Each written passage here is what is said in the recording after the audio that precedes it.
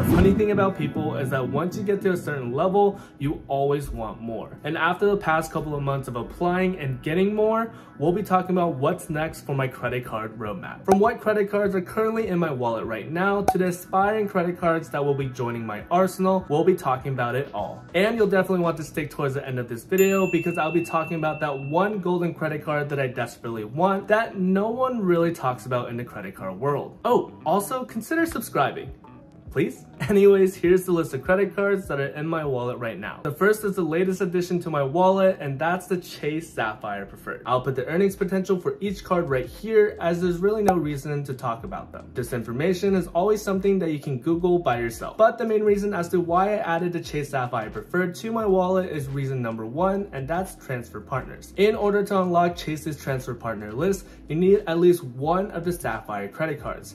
That means either the Chase Sapphire Preferred or the Chase Sapphire Reserve, or if you want to get fancy with it, the Chase Ink Business Preferred. Unlocking Chase's transfer partner list means an unlimited amount of possibilities to be able to travel the world for free. And if you want to learn more about that, I did make a video talking about that in way more detail, so I'll leave a link right here. Moving along, the next two credit cards in my wallet is the Chase Freedom Flex and the Chase Ink Business Unlimited credit cards. Usually the two cards that are mentioned with the Chase Sapphire Preferred to complete the Chase trifecta are the Chase Freedom Flex and the Chase Freedom Unlimited. But if you remember that the Chase Ink Business Unlimited and the Chase Ink Business Cash had historical max sign-up bonus offers earlier this year, it was too good of an offer to pass up on. These two cards are used cohesively with the Chase Sapphire Preferred in order for me to get more ultimate reward points, so that I can use them to redeem free hotel and airline bookings. The next credit card is the Capital One Venture X credit card, and it was touted as the best credit card of 2022,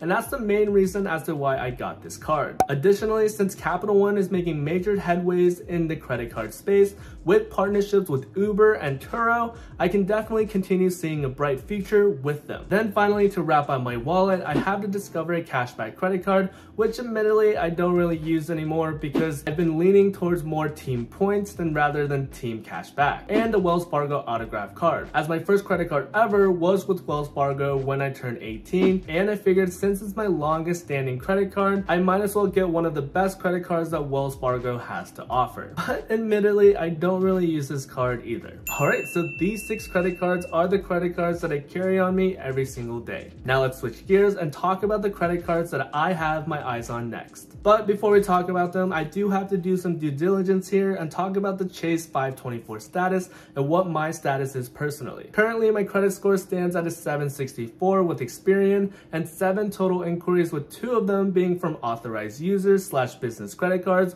and 5 of them being from personal credit card applications. Meaning that in total, my current 524 status is, well, 524, which ultimately means that I probably most likely will automatically get rejected from the next Chase credit card application I do. Granted, there have been outliers of people getting accepted for credit cards that are above the 524 status. Regardless, swinging over back to my Experian credit score, I do have some hard inquiries expiring in December of this year, meaning that coming into the new year, my status will officially drop to 224. With that in mind, let's talk about the next credit cards that I have my eyes on. First up, it's obviously going to be the Capital One Saver One credit card. In my previous credit card roadmap video, I mentioned the Capital One Saver One credit card, and since I already got the Chase Sapphire Preferred and the Chase Ink Business Unlimited, it's a no-brainer that this will be the credit card that I'll be getting next. Currently with Capital One, I have a checkings account with them as well as a Capital One Venture X credit card, so again, the Saver One credit card is definitely a no-brainer. Getting the Capital One Saver One credit card means that not only will I be completing the Capital One Duo,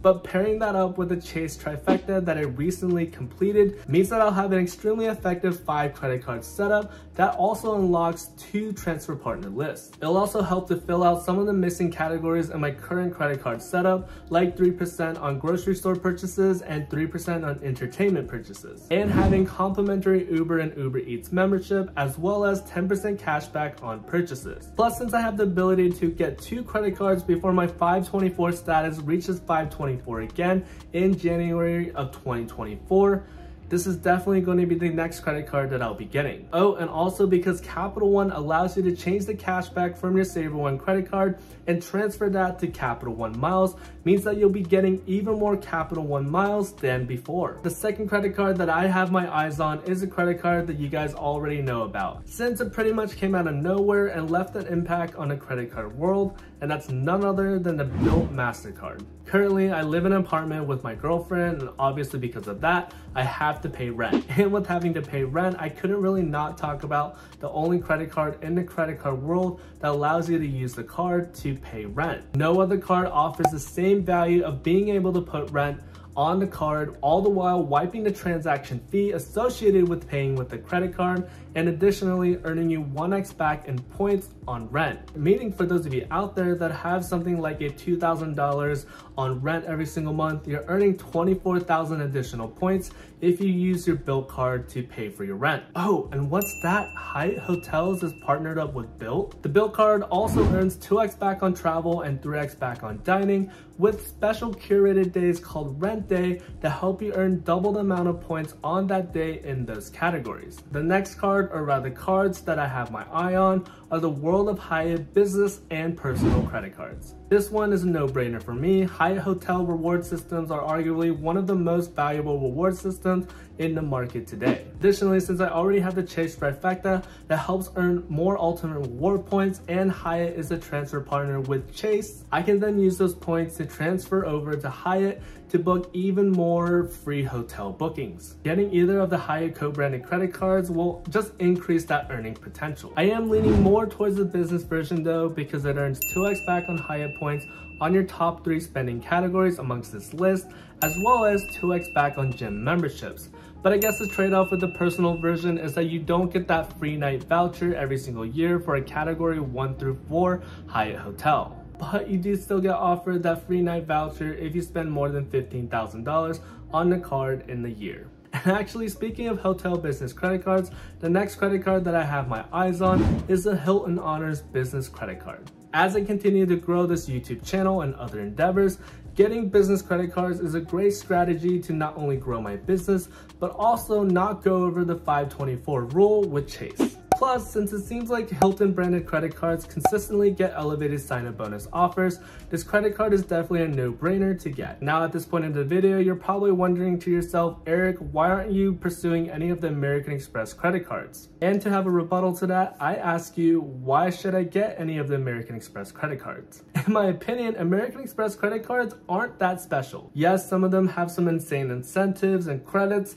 that would redeem the annual fee if you were to use the cards correctly over the year. I don't really see any logical sense to get a $695 annual fee card or get a $250 annual fee card to my roster just to join the American Express ecosystem. The point of credit cards in the first place is to take advantage of them so that you gain more than you lose from the credit cards that you get. But at this point in my credit card journey, I have the potential to complete the Chase Trifecta as well as the Capital One Duo, and with that setup, I don't really see any necessary reason to add the Platinum credit card to my wallet. If you argue about the credits that American Express cards give, I can argue with you that most of the credits only appeal to a niche group of people. If you argue for extra benefits like the lounge accesses to the Centurion lounges or additional statuses like the gold status for Hilton and Marriott, I can argue that some of my other credit cards in my wallet give me similar benefits. I'm just saying here, you don't need an American Express credit card in your setup. Those of you out there that are new to the channel, hi, my name is Eric. I generally talk about everything credit card related, but more recently I've been making videos on broader financial topics